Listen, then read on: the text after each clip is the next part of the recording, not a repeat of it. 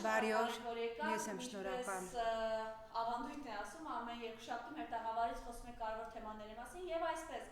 ձեր հետևում պատկերն է, թե ինչ տեղի ունեցավ Կիրակի օրը Հովանավանքում, ըստ էության ձախողվեց եւ խայտարակվեց այս իշխանությունը, դրա համար ասում եմ դուբլ 2։ Պետքա հաջորդ Կիրակի եւս Փաշինյանը հայտարարել է, որ գնալու են, էլի։ Խնդրեմ, ինչ տեսանք մենք Հովանավանքում, հավեցեք։ Այնինչ տեղի ունեցավ երեք Հովանավանքում, դա այս իշխանության պրավալն էր, այդքան գովազդից, այդքան ահաբեկումներից, նման վարչական ռեսուրսից հետո Հովանավանքի պղծությանը մասնակցում էր մոտավոր հաշվարկներով մինչև 600 մարդ, որոնց գերակշիռ մեծամասնությունը Նիկոլի պատգամավորներն էին, Նիկոլի նախարարներն էին, քաղաքապետարանից անգամ Երևանի քաղաքացիական պայմանագրի անդամներն էին, Նիկոլի հավատավոր գեյ մատուցողներ եւ Նիկոլի արու քաղաքապետներ, այսպիսով այնինչ տեղի ունեցավ Հովանավանքում այդ պղծությունը, դա այս իշխանության պրավալն էր, Նիկոլ Փաշինյանը հասկացավ, որ իր թիկունքում մարդ չկա։ Խայտարակություն էր տեղի ունեցածը նաև կրոնական առումով, սա նշանակում է հոգևոր իշխանության ուզուրպացիա մի մարդու կողմից, որը սահմանադրությամբ դրա իրավունքը չունի, եւ սեփական պրավալը թաքցնելու համար Նիկոլ Փաշինյանը կրկին կոչ արած են Կոկա-կոլայի նման կրկին փորձիր եւ այս երկող Կիրակի եւս պատրաստվում է զավթել Օհանավանը։ Վատ լուր ունեմ Նիկոլ Փաշինյանի համար, ես չեմ տալու անուններ պատգամավորների, բարձրաստիճան ԿՊ-ականների, նրանց Նիկոլի մսաղացի մեջ չգցելու համար, բայց մի քանի հոգևորականներ փոխանցել են, որ այդ պղծությունից հետո անգամ որոշ ԿՊ-ականներ տուն չեն մտել, այսինքն գտել են, որ իրենք պղծված իրավունք չունեն մտնելու տուն եւ գնացել են տարբեր հոգևորականների մոտ մեղքերի թողություն ստանալու, հասկանում ես Նիկոլ, ինչքան էլ քշում ես հոտի սկզբունքով, բռնի ուժով մարդկանց բերում ես, որ քո պղծությանը մասնակցեն, քո թիմի հենց այն անդամները, ովքեր կամերաների առաջ արդարացնում էին պղծությունը, հենց նրանցից են գնացել մեղքերի թողություն ստանալու, բայց չի ներվելու ձեզ, ինչքան էլ գնաք պղծության մասնակցեք եւ հետո գնաք մեկ այլ հոգևորականի մոտ մեղքերի թողություն ստանաք ասելով ինչ անենք, բոլորիս պարտադրել են, միևնույն է, այդ պղծությունը մնալու է ձեզ վրա։ Ավելին առավոտյան խոսում էի մի հոգևորականի հետ եւ նա ասաց, որ Հովանավանքի խորանը այլևս պղծված է, որովհետեւ այդ արարողությունը պղծության անցկացրել է կարգալույց եղած, այսինքն հերձվածող Ստյոպիկը, որը դրա իրավունքը չունի եւ Հովանավանքը փրկելու համար 7 օր գինիով եւ մյուրոնով պիտի լվանալ խորանը, որից հետո Հովանավանքը վեհափառի կողմից նորից պիտի օծվի։ Ես հավատում եմ, որ գալու է այդ օրը եւ յուրաքանչյուրս մասնակցելու ենք պղծված խորանի մաքրազարդմանը, որովհետև այն ինչ տեղի է ունենում հիմա Հովանավանքում եւ տեղի կունենա վաղը կամ մյուս օրը, կլինի դա կնունք, հարսանիք, ցանկացած արարողություն, դա ըստ էության չեղարկված է համարում, դա ըստ էության համարվում է տեղի չունեցած, պսակադրությունը դա համարվում է պսակադրություն չեղած, կնունքը համարվում է երեխան չկնքված, որովհետև կարգալույց եղած Ստյոպիկը իրավունք չունի այլևս հոգևոր որևէ արարողություն իրականացնելու։ Կրկնում եմ, Հովանավանքի երեկվա պղծությունը պրավալ էր եւ ամբողջ ռեսուրսը վարչական գործի դնելով բոլոր փոխնախարարներին, նախարարներին, որոնց մեջ անգամ Ռեյմա աղանդի ներկայացուցիչը եկել էր այդ պղծությանը Նիկոլ Փաշինյանը չկարողացավ 600-ից ավելի մարդ հավաքել եւ այնտեղ գերակշիռ մեծամասնությունը ոստիկաններն էին եւ ինչպես պատմում են օհանավանցիները, այնտեղ օհանավանցի շատ քիչ մարդ կար, գերակշիռ մեծամասնությունը ավտոբուսներով, հատկապես սադրիչները բերված էին տարբեր համայնքներից, այնպես որ Նիկոլ, ինչպես Կոկա-կոլան, կրկին փորձիր։ Սա ուրեմն այս մասով Բայց մենք նաև տեսանք կադրերը, ինչպես Սուրբ Գիրքը խլում է։ Այո, մենք տեսանք, որ Հայաստանի Հանրապետությանի երկու քաղաքացիներ, որոնց բերանը փակեցին, որոնք մտան ուրեմն Հովանավանք եւ փորձում էին կասեցնել այդ պղծությունը, փորձում էին աղաղակել, որ կարգալույց եղած Ստյոպիկը իրավունք չունի որևէ հոգևոր արարողակարգ իրականացնել, իդեպ տեղեկացնեմ, որ կարգալույց եղած Ստյոպիկի եղբայրը առ այս պահը վեհափարի ուրեմն գավազանակիրներից է եւ երեք նա հայտարարել է, որ դատապարտում է իր կարգալույց եղած եղբոր արարքը։ Այո, երկու արժանապատիվ հայեր փորձեցին Սուրբ Գիրքը խլել կարգալույց եղած Ստյոպիկի ձեռքից, բայց մենք տեսանք, թե ինչպես տրենիրովկա եղած ոստիկաններ եւ տարբեր անձիկ ընդհուպ բռնի ուժ գործադրելով քաղաքացիների հանդեպ, քաղաքացու հանդեպ, ով ընդամենը ուզում էր Սուրբ Գիրքը վերցնել կարգալույց Ստյոպիկի ձեռքից, մարդկանց հրեցին դուրս, բայց միևնույն է, փաստը ակներև է, փաստը բոլորիս աչքի առջև է, արժանապատիվ ժողովուրդը ցույց տվեց, որ ինքը պղծության չի մասնակցելու, իսկ ովքեր մասնակցեցին Հովանավանի պղծությանը, նրանք ցավով պիտի ասեմ, դուք չեք հասկանում, ինչ Աստծո անեծքի տակ եք դրել ձեզ, ձեր ընտանիքը եւ ձեր երեխաներին, բայց դա ես չէ, որ պիտի ասեմ, դրա գնահատականը մենք չէ, որ պիտի տանք,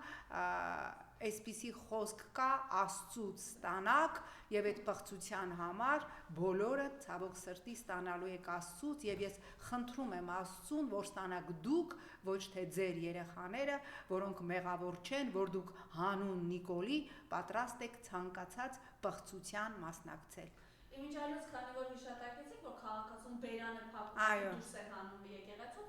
մի քիչ առաջ Արդարադատության նախարար Սոֆի Գալյանը ազգային ժողովում ճեպազորույցի ժամանակ ասում է եկեղեցուց քաղաքացու բերանը փակ հանեն, ես նման կադրեր չեմ տեսել։ Բնականաբար իրանք նման կադրեր չեն տեսել, իրանք չեն տեսնում այն կադրերը, ինչպես էին նախորդին հարձակվել լրագրողների վրա եւ ամենագրեհիկ սեռական հայհոյանքներն էին տալիս լրագրողներին Սյուզի Բադոյանին եւ մյուսներին, ովքեր ընդամենը փորձում էին պսակադրության ներկաներին ասել, որ ձեր երեխաների պսակը անեծքի տակ մի դրեք, որովհետեւ Ստյոպիկը կարգալույց է եւ նա իրավունք չունի որևէ կարգ անցկացնելու, բնականաբար ոչ Արդարադատության նախարարը, ոչ մարդու իրավունքների պաշտպանը այդ ամենը չեն տեսել, որովհետև նրանք մեկ մարդու նախարար են եւ մեկ մարդու պաշտպան են եւ այդ մեկ մարդու անունը Նիկոլ Վովայի Փաշինյանն է, բայց ես ուզում եմ անդրադառնալ մի աննախադեպ այլանդակության Ներս սրան զուգահեռ ուզում Տիկին Զորաբյան անդրադառնալ էլ նաև, քանի որ առաջ ենք ունեցել խոսելու, ազգային ժողովում այն խայտարակ բառապաշարը, որ անոթ է անգամ կրկնելը, որով Փաշինյանը խոսում էր վեհապարի մասին։ Այո, ասենք ես նույնիսկ որ որևէ խնդիր չունեմ, որևէ բառ կրկնելու, այդ բոսյակներ եւ այլն գանձագողեր խայտարակություններ են բառապաշարը, որով այս իշխանության ներկայացուցիչները Նիկոլը, Ալենը եւ մյուսը խոսում են վեհապարի Աստծո կողմից օծյալի եւ հավատացյալ ժողովրդի հոգեվոր հոր մասին, բայց ես նորից ուզում եմ հիմա, քանի որ մենք չենք կարող այս թեման շրջանցել, որովհետեւ դա անբարոյականության վերջն էր, թե ինչպես այս իշխանությունը սրբապիղծ ամենավերջի կարմիր գիծն էլ անցավ, իհարկե որ իրենք անցնելու էին ցանկացած կարմիր գիծ, ես դրանում 1 րոպե անգամ չէի կասկածում, բայց կային մարդիկ, որ ասում էին դե չէ, հո դա չեն անի եւ արեցին, մենք տեսանք, որ իբր ինչ-որ մի տելեգրամ ալիքով տարածվեց այլանդակ ուրեմն կադրեր Արշակ Սրբազանի վերաբերյալ, ինձ բացարձակապես չի հետաքրքրում, ես դա արհեստական բանականությամբ է սարքված չի, որովհետև արհեստական բանականությամբ իհարկե ամեն մի սրբապղծություն հնարավոր է սարքել, եւ ես ավելի քան վստահ եմ, որ ընտրական ցիկլին ընթരാճ իր բոլոր քաղաքական ընդդիմախոսների հանդեպ այս իշխանությունը անելու է նման սեռագար, նման սեռական բնույթի ապականություններ, բայց այստեղ խնդիրը դա չէ։ Կրկնում եմ, ինձ բացարձակապես չի հետաքրքրում դա սարքված էր, թե սարքված չէր, ի վերջո այդ խնդիրները եկեղեցու ներքին խնդիրներն են եւ եկեղեցին իր հոգեվոր խորհրդում այդ խնդիրները պիտի լուծի, բայց մենք հասկացանք, որ գործ ունենք մի իշխանության հետ, որը կարող է ցանկացածիս անկողին մտնել, ով կարող է ցանկացածիս երեխային պղծել, որի համար բարոյական որևէ կարմիր գիծ չկա, դուք պատկերացնում եք, Ալիևը հայտարարում է, որ ինքը շարունակելու է իր նվաճողական քաղաքականությունը, հա, ես հիմա կցիտեմ Ալիևի պատգամավորներից մեկին, իդեպ հենց Յենի Ադրբեջան խմբակցության պատգամավորին, ով 2 օր առաջ հայտարարեց, յուրաքանչյուր ադրբեջանցի պիտի իմանա, որ ցանկացած հայ պոտենցիալ ահաբեկիչ ու մարդասպան է եւ փոխանակ այս խնդիրներով զբաղվել, այս իշխանությունը մտնում է յուրաքանչյուրի անկողինը եւ շատ կարեւոր էր, որ հանրությունը ուղղակիորեն իր նողկանքը արտահայտեց տեղի ունեցածի հանդեպ, բացի իրենց սրբապիղծ պորնոգրաֆիկ ֆեյքերից, որևէ քաղաքացի, անգամ նրանք, ովքեր երբևէ ասենք, չգիտեմ, քաղաքական դիրքորոշում չեն հայտնել, անգամ նրանք, ովքեր այս իշխանության սատարողներն են, նրանք ասեցին, որ սա անբարոյական է, սա սրբապիղծ է, այս իշխանությունը այլևս ոչ մի տաբու եւ ոչ մի բարոյական գիծ չունի, եւ Նիկոլ Փաշինյանը հասկացավ, որ սրա նրա անկողինը մտնելը եւ այդ անկողինը հրապարակելը, դրանով ինքը ատելության մի կատաղի դոզա հերթական անգամ ուղղեց իր ընտանիքի եւ իր իշխանության հանդեպ, իրանք այդ այլանդակությունները պահել են, որ ընտրական փուլում ցփնեն, իրենք հասկացան, որ դրանով իրենք իրենց հանդեպ անտանելի, անտրամաբանական, զարհուրելի չափերի ատելություն գեներացրեցին եւ բոլոր նրանք, ովքեր գտնում էին, որ այո, եկեղեցում խնդիրներ կան եւ դրանք պիտի լուծվի, անգամ նրանք սատար կանգնեցին հայ առաքելական եկեղեցուն եւ ասեցին. իշխանություն դու փչացած ես, դու անբարո ես, որ կարող ես անգամ այդ դնոն, այդ անկումը, որ կարող է լինել անհատակ, որովհետև այս իշխանության բարոյական անկումը, այն հայտնի օրենքը կա, այն անկումը վակուումում, որին ոչինչ չի խանգարում, կոչվում է ազատ անկում, դուք ցույց տվեցիք, որ ձեր դնոն, ձեր անկումը անհատակ է, դուք անընդհատ անկում եք ապրում եւ դեռ չեք հասել վերջի հատակին, բայց այն ապտակը, որ այդ պորնոգրաֆիկ սրբապիղծ կադրերը դուք տարածեցիք եւ մտածում էիք, որ ժողովրդի մեջ ինչ որ դեպի ձեզ սատարող ուրեմն շարժում է առաջանալու, դուք տեսաք, որ ձեր հանդեպ ատելությունը ավելի բյուրեղացավ եւ ձեր հանդեպ նողկանքը ու ատելությունը ավելի մեծացավ։ Սա այս մասով ես Վարդան Ղուկասյանի հետ կապված կուզեմ խոսենք, նոր մեղադրանք են առաջադրել Վարդան Ղուկասյանին եւ Տիկին Կոստանդյանը փաստաբաններ ահազանգում էր, որ մոտ 2 ժամ եւ ավելի քիչ են տալիս փաստաբանները հանդիպեն Վարդան Ղուկասյանի հետ, խնդրեմ։ Հասկանալի է, որ Վարդան Ղուկասյանը չի լինելու ազատության մեջ միջև ընտրական ցիկլը, ավելին այս process-ը, որ սկսել է Նիկոլը, ես նորից եմ կրկնում, նախորդին ազգային ժողովում ըստ էության ինքը անոնսեց, որ ընտրական փուլին չի թողնելու որոշ կուսակցություններ մասնակցեն եւ ես կարծում եմ հստակ հասկացանք, որ խոսքը վերաբերում է մեր ձևով շարժման մասին, ակնարկելով, որ պիտի նայել որոշ որոշ կուսակցություններ կա, որոնց ֆինանսավորումը թափանցիկ չի, ինչ որ արտաքին ինչ որ մատիկներ, ոտիկներ այդտեղ տեսավ, այո, անելու է, միջև ընտրություն, Նիկոլ Փաշինյանը փակելու է կուսակցություններ, ուրեմն ինչպես Վարդան Ղուկասյանին, ինչպես Սամվել Կարապետյանին, ինչպես վաղը հենց օդանավակայանում Նիկոլ Փաշինյանը կալանավորելու է Մասիսի ընտրված քաղաքապետ Դավիթ Համբարձումյանին, ով արժանապատվորեն տեղեկանալով, որ իր հանդեպ հարուցված քրեական գործի ուրեմն գրավը փոխված է կալանավորմամբ, ուրիշը լիներ կվախենար եւ Մոսկվայից հետ չէր գա, ինչպես մենք գիտենք շատերն են արել, բայց Դավիթ Համբարձումյանը հայտարարեց, որ Հայաստան վերադարձի իր տոմսը հոկտեմբերի 28-ին է, իր ծրագրերում ոչինչ չի փոխվել եւ ես գիտեմ, որ վաղը նա իջնելու է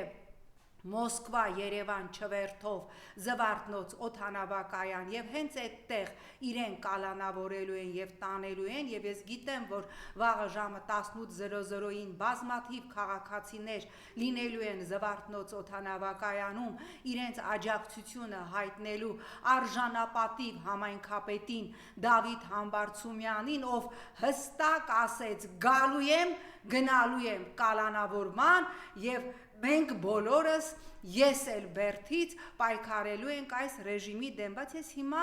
հարց ունեմ, որտեվ շատերը ինձ հարցնում են, ես նաև փողոցում ինձ մարդիկ մոտեցան, ասեցին, ինչի համար է Դավիթը դատապարտվել 6 տարի 3 ամիս ազատազրկման, ասեմ, բռնվեք, չընկնեք, 2018 թվականին, երբ այս իշխանությունը դագաղներով զավթում էր ուրեմն իշխանությունը փողոցում ապրիլի, կարծեմ ապրիլյան օրերին փողոցում ինչ որ միջադեպ ա տեղի ունեցել եւ իբր Դավիթ Համբարձումյանը այդ միջադեպի մասնակիցներից է եղել, ասեմ, որ միջադեպին 4 տուժածները բոլորն էլ դատարանում ասել են, որ Դավիթ Համբարձումյանը որևէ մեղավորություն չունի, բայց մենք տեսնում ենք, որ այս իշխանության համար ուղղակիորեն թքած ունեն իրանք ամեն ինչի վրա, լավ, եթե 18-ին դագաղների իշխանազավթման ժամանակ տեղի ունեցած ինչ որ միջադեպով հիմա տանում եք Դավիթ Համբարձումյանին վաղը օդանավակայանից տանելու եւ 6 տարի 3 ամիս կալանավորելու եք, բա լֆիկ Սամոյին ինչի չես տանում եւ կալանավորում Նիկոլ ամբողջ համացածը կադրերը, թե ինչպես 18 թվականի նույն օրերին, դագաղների իշխանազավթման օրերին Սամվել Ալեքսանյանը, նույն ինքը լֆիկը մասնակցում է այս կրտուքի, բա ինքը ինչի է ազատության մեջ, ինքը ազատության մեջ է նրա համար, որ ԿՊԱ-ականների գլխին զոնցիկ է բռնում, բա ուր մնաց քո ասած արդարադատությունը, 4 տուժող հայտարարում է, որ Դավիթ Համբարձումյանը որևէ անօրինական քայլ չի արել, իսկ համացանցում կադրերը ինչպես է լֆիկը սենց ձեռը քցած մեքենայի մեջ բամփում, բա ինչի իրան չես կալանավորում նույն հոդվածով, ինչով վաղը օդանավակայանից կալանավորելու ես Դավիթ Համբարձումյանին, որտև Դավիթ Համբարձումյանը ձեր գլխին զոնտիկ չի պահել ինչպես լֆիկը եւ Դավիթ Համբարձումյանը չի դարել քո կլանի անբաժանելի մասնակիցը ինչպես լֆիկը, ահա այս ամենը սիրելի հայրենակիցներ, ինչ պիտի իմանալ այս իշխանության արդարադատության մասին։ Եվս երկու հարց, ուրեմն Նիկոլ Փաշինյանը այսօր հայտարարում է, առաջին անգամ է, որ մենք բյուջեն քննարկում ենք Ադրբեջանի հետ հաստատված խաղաղության պայմաններում։ Արդեն 1 տարի 8 ամիս Հայաստանում Ադրբեջանի սահմանին փոխհրաձգության հետևանքով զինվոր չի զոհվել։ Այնուհետև, խնդրեմ նախ ուրեմն բանակում բեսպրեդելա, ես այդ թեմային քանիցս անդրադարձել ենք, զորակոչիկային տարիքի տղաների 70%-ը փախած է չի ծառայում եւ ստիպված ծառայության տանում են հիվանդների, ծառայության տանում են առողջական խնդիրներ ունեցողների, մենք տեսնում ենք այդ խայտարակ դեպքերը, տեսնում ենք ոչ կանոնադրական պայմաններում սպանությունները, ինքնասպանությունները եւ այս ֆոնին Նիկոլ Փաշինյանը ու Սուրեն Պապիկյանը խոսում են խաղաղության մասին, ինչ խաղաղության մասին է խոսքը, երբ նույն Նիկոլ Փաշինյանի անձնական ԱԳՆ նախարար Արարատ Միրզոյանը Դոյչե Վելեին տված հարցազրույցում կրկին ասաց, որ խաղաղության պայմանագիր ստորագրել դա դեռ չի նշանակելու խաղաղություն եւ հայտարարեց, որ խաղաղության պայմանագիր ստորագրելու համար Ալիևը կրկին նախապայմանները առաջ քաշում եւ նորից ցիտեմ Ալիևի խորհրդական ուրեմն Հիկմետ Հաջիևին, ով կրկին հայտարարեց, որ միջև Հայաստանը չկատարի Ադրբեջանի բոլոր պայմանները, որևէ խաղաղության վերջնական ստորագրված փաստաթղթի մասին խոսք լինել չի կարող։ Դա մեր ամոթն է, որ Հովանավանքի պղծությունից հետո ադրբեջանական լրատվամիջոցները դուրս են գալիս ահա այս վերնագրերով հակինաս Ադրբեջանի հիմնական քարոզչական Ալիևի անձնական օգտագործման պաշտոնաթերթը Հովանավանքի պղծությունից հետո գրեց, վերջապես մեկնարկեց Փաշինյանի կողմից Էջմիածինը ազատագրելու գործընթացը։ Սա գրում է ադրբեջանական հիմնական լրատվամիջոց, իսկ ադրբեջանական մի այլ լրատվամիջոց, ուրեմն AS TV-ն գրում է Հայաստանում Նիկոլ Փաշինյանը սկսել է հոգևոր իշխանության դեմ կարևորագույն պայքարը։ Դուք պատկերացնում եք ինչքան ամոթ է, որ Ալաշուքյուր Փաշազադեի հրահանգով այս իշխանությունը պայքարում է հայ առաքելական եկեղեցու դեմ եւ աջակցություններ ծափեր ու բրավոներ ստանում է ադրբեջանական պետական քարոզչությունից, ադրբեջանական բլոգերներից եւ ծափեր ստանում է Ալաշուքյուր Փաշազադեից։ Սա մեր բոլորի ամոթն է, բայց ես նորից եմ կրկնում, գալու է օրը եւ մեզանից յուրաքանչյուրը մի բաժակ գինով եւ մի փոքր մյուրոնով մասնակցելու է Հովանավանքի խորանի մաքրազարդմանը, որովհետև այդ խորանը այլևս պղծված է կարգալույց Ստյոպիկի եւ տարբեր հերձվածողների կողմից։ Ամեն դեպքում նաեւ այս իրողությանը անդրադառնանք, որ իրենք փորձում են ամեն կերպ կերակրել, որ այնքան խաղաղություն են բերել, որ հեսա Ադրբեջանից հացել են բերելու։ Խնդրեմ։ Նախ աբսուրդա չէ, սիրելի հայրենակիցներ, էկոնոմիկայի նախարարը Ալիևից է իմանում, որ ղազախական ցորենը Ադրբեջանով կարող է գալ Հայաստան, պատկերացնում եք, այսինքն փաստորեն ստացվում է, որ Հայաստանի էկոնոմիկայի նախարարը Իլհամ Ալիևն է, որովհետև այդ լուրը լսելուց հետո է էկոնոմիկայի նախարարը ասում, հա, ինչի, բա կարա բան, այտենց բան կարող է լինել։ Այս ամենը ֆեյք խաղաղության ատրիբուտիկան է, որովհետև Նիկոլ Փաշինյանին պետք է կյանքի գնով վերընտրվել։ Ես ասել եմ եւ նորից կրկնում եմ, այն հիմնական քարոզչական թեզը, որ իր դոշին խփելու է Նիկոլը, ես եմ խաղաղությունը, մնացած բոլորը պատերազմ են, բայց մենք հիմա ասում ենք, քանի կա այս իշխանություն, պատերազմ ամեն օր լինելու է, հիշեք են զարհուրելի կադրերը, որ ընդամենը օրեր առաջ ԱՊՀ ինչ-որ միջոցառում, որը տեղի էր ունենում Բաքվում, եւ այդ միջոցառման հենց ամբողջ ուրեմն տեսանյութերը գնում էր բռունցքով, գնում էր, որ հայը մեր թշնամին է, գնում էր, որ մենք շարունակելու ենք զինվել, որովհետեւ ինչպես 2 օր առաջ ասեց Յենի Ադրբեջանի падգամավորը, յուրաքանչյուր ադրբեջանցի պիտի իմանա, որ ցանկացած հայ պոտենցիալ ահաբեկիչ եւ մարդասպան է եւ մշտապես պիտի պայքարի հայի եւ Հայաստանի դեմ, այնպես որ այն կուտը, որով փորձելու է կներեք այդ ձևակերպման համար ձեզ կերակրել Նիկոլը, որ ընտրեք ինձ, ես խաղաղություն եմ, Ալիևը քանիցս հայտարարել է, որ խաղաղություն չի լինելու այնքան ժամանակ, մինչև մենք բոլոր խնդիրները, որ դրել ենք Հայաստանի առջև, իսկ բոլոր խնդիրները ասելով Ադրբեջանը կրկին ունի տարածքային նկրտումներ, այս անգամ էլ անկլավների տեսքով, մինչև մեր բոլոր խնդիրները չլուծենք եւ 300,000 ադրբեջանցի չվերադառնա Հայաստան։ Դուք պատկերացնում եք ինչա նշանակելու Ռամիլ Սաֆարովի 300,000 քույր եղբայր լինի այստեղ, դա նշանակելու է ներսից պայթեցնել Հայաստանը։ Այն համատարած անհանդուրժողականության մթնոլորտը, սպանություններ, դանակահարություններ, մահեր, ծեծկուրտուկ, այս ամեն ինչը որ կա այսօր երկրում, մենք տեսանք չէ Հովանավանքում ինչպես էին կենտրոնացրել ամբողջ ուժայիններին, ոստիկանապետն էր մինչև անգամ այնտեղ, խնդրեմ այս մասով ձեր տեսակետը։ Ակնհայտ է, որ Նիկոլը փորձելու է վերընտրվել բացառապես տերորով։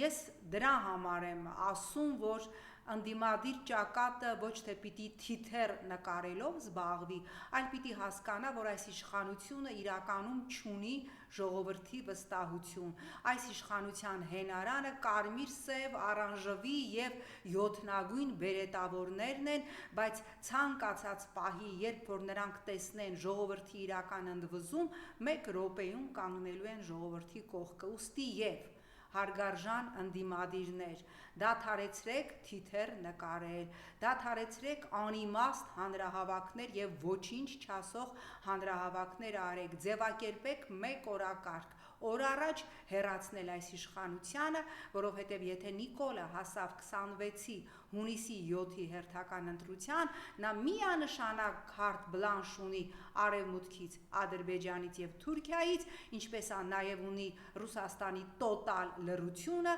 կեղծել ցանկացած ընտրություն, ընդཐուպ ձերբակալել ում ուզում է, ընդཐուպ փակել ցանկացած կուսակցություն, նրան պիտի հեռացնել մինչև 26 թվականի հունիսի 7-ի հերթական ընտրությունը։ Այսօր հոկտեմբերի 27-ն է Տիկին Զոհրաբյան, եւ ըստ էության հոկտեմբերի 27-ի իրական շահառուները ինչ չկարողացան անել 2008-ին, հետագայում արեցին, ու այսօր ունենք այս իրականությունը, կորսված Արցախ, Զանգեզուրի Միջանցք,